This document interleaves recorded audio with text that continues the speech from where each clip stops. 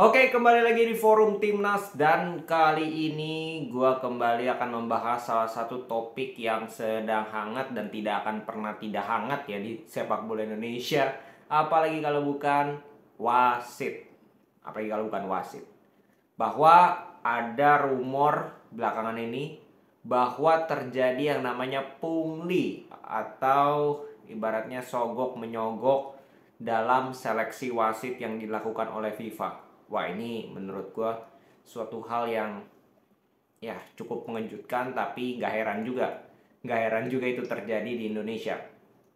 Nah, buat kalian yang belum tahu bahwa dari kemarin 160-an itu hanya 18 wasit yang lolos ke Liga 1 Indonesia, yang lolos untuk menjadi wasit Liga 1 Indonesia dari 160-an ya. Dan itu angka yang sangat amat mengecewakan. Nah, ternyata usut punya usut terjadi pungli. Artinya ini diungkapkan oleh ini gua kutip dari koordinator Save Our Soccer Akmal Marhali yang berkata bahwa ada pungli di mana wasit ini kalau mau dapat kunci jawaban tes kan ada 3 metode ya, 20 20 60. 60-nya itu tes fisik, 20-nya itu salah satunya adalah tes tertulis tentang rule of the game. Nah, ini yang dijual 20% ini yang dijual kunci jawabannya dengan harga 200.000. Dan ada juga tiket terusan dalam arti lolos tes fisik juga yang 60%. Ya, itu kan sudah sangat dominan, itu 1 juta. Ketika 1 juta maka kunci jawaban dapat, tes fisik pun dapat. Jadi menurut gue ini ya, gue yakin ada. Kalau menurut pendapat gue yakin ada. Ya, justru ini menunjukkan betapa menyedihkannya kualitas wasit dari Indonesia. Kenapa gue bisa bilang seperti itu? Bayangkan, ini yang lolos baru 18 doang loh. Itu pun sudah ada campur tangan pungli. Bagaimana kalau tidak ada campur tangan, wasit-wasit ini bayar untuk lolos? Gimana? Bisa jadi yang lolos itu nggak nyampe 10 atau di bawah 10. Itu jauh lebih menyedihkan lagi. Dan yang parahnya lagi adalah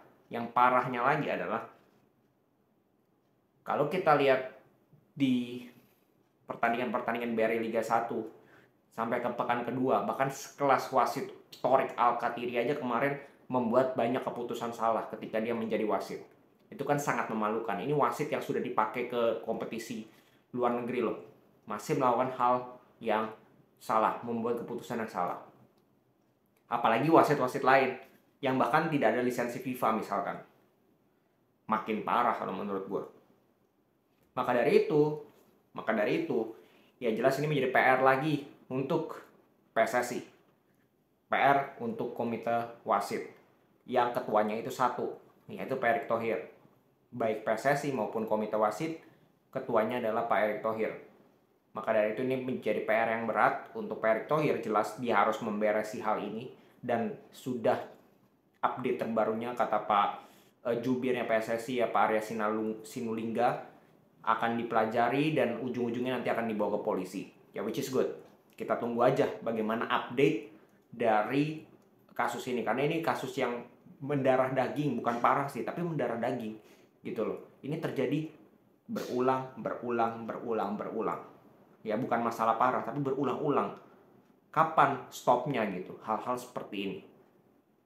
Dan gue juga heran kenapa wasit-wasit ini tuh menghalalkan segala cara untuk bisa lolos dari ujian. Artinya apa? Artinya mereka tidak percaya dengan kemampuan dirinya mereka sendiri. Mereka tidak percaya dengan kemampuan dan juga pengetahuan yang mereka miliki sebagai seorang wasit. Sehingga mereka melakukan pembayaran yang ilegal untuk bisa lolos. Dan apakah mereka tidak berpikir bahwa kita ini nonton bola gitu. Kita ini nonton bola mungkin nggak 1-2 tahun. Kita bisa menilai keputusan wasit di Liga 1 ini benar atau salah. Apa mereka tidak berpikir seperti itu? Kan kelihatan banget. Ya, baru 2 pekan loh, tapi banyak sekali keputusan yang keliru. Baik wasit, hakim garis, dan sebagainya. Apa mereka tidak berpikir bahwa mereka akan dicurigai. Karena katanya ini terpilih, katanya sudah ada dampingan dari JFA. Tapi kok kualitasnya kayak gini gitu. Nggak ada perbaikan. Ini yang menurut gue makin lucu. Makin lucu dari wasit ini, kenapa mereka dengan PD-nya melakukan pembayaran tersebut, berharap kita akan aman, kita akan tetap bisa jadi wasit Liga 1 dengan nyaman. Padahal secara kemampuan tidak layak. Walaupun gue harus akui, ya kita butuh VAR. Nanti baru dilakukan VAR itu di putaran kedua. Tapi kan VAR itu nggak bisa langsung digunakan dengan sekonyong-konyong. Harus ada pendidikannya dulu. Harus ada rules-nya dulu. Bagaimana wasit ini menggunakan VAR. Ya kan? Nah ini wasit tidak menggunakan VAR aja. Peraturan-peraturan umum, rule of the game umum saja wasit nggak ngerti. Wasit banyak buat kesalahan.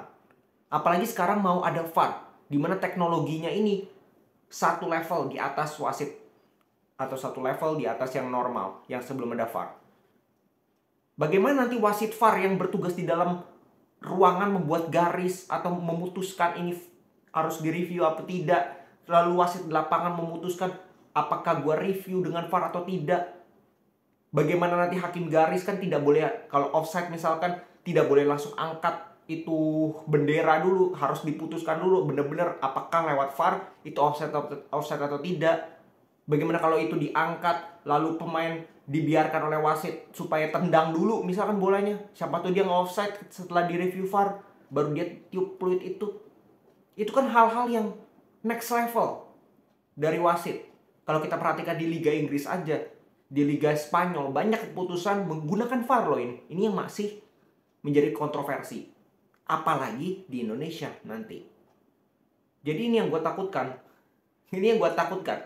Apakah benar wasit kita ini sudah siap menggunakan VAR? Apakah SDM kita sudah siap menggunakan VAR? Jangan kita berbicara tentang alatnya aja. Oh, kita kapan gunain VAR nih? Kapan gunain VAR? Tapi bicara tentang manusianya. Karena yang namanya teknologi itu alat. Kembali lagi.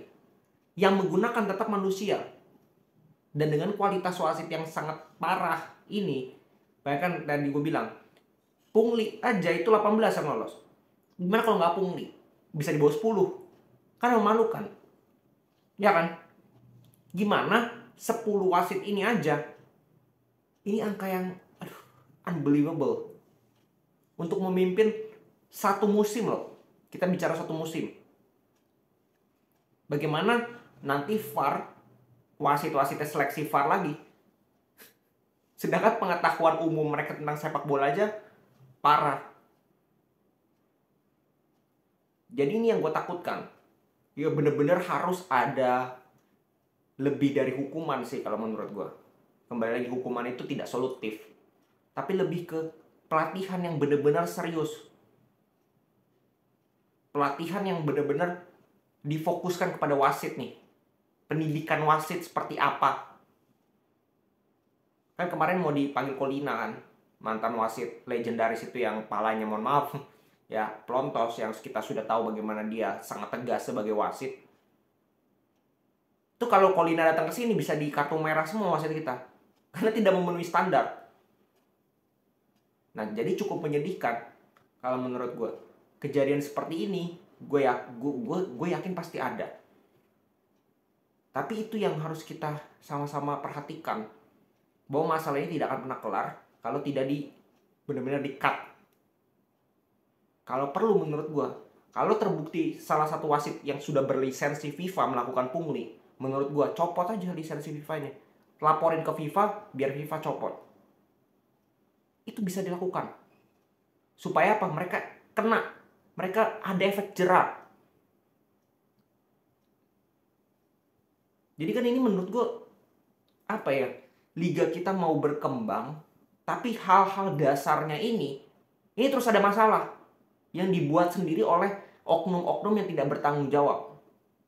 Kemarin supporter berantem, sekarang wasitnya bermasalah. Parah gitu loh. Ini menurut gue pressure-nya kerjaan Pak Erick Thohir ini sangat banyak.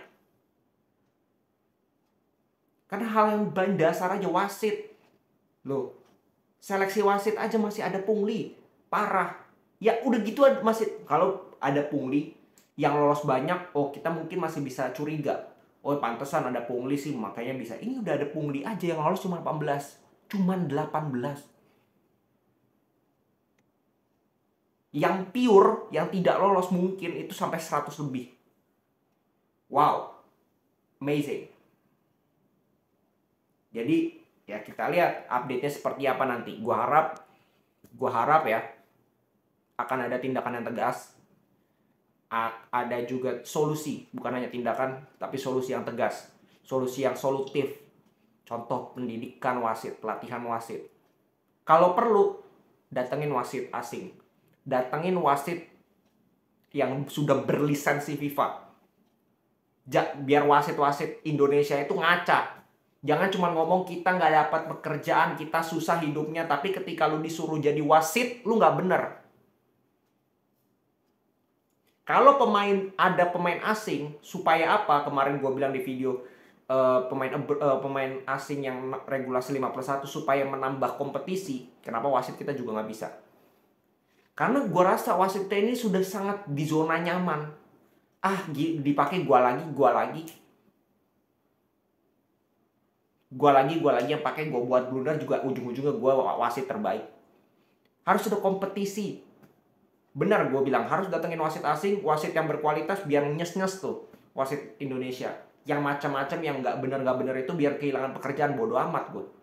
Daripada lu merusak komponen-komponen sepak bola. Lebih baik lu introspeksi diri. Benahi diri lu sendiri. Dan kalau memang bagus dan berkualitas, lu bisa bersaing dengan wasit asing sekalipun.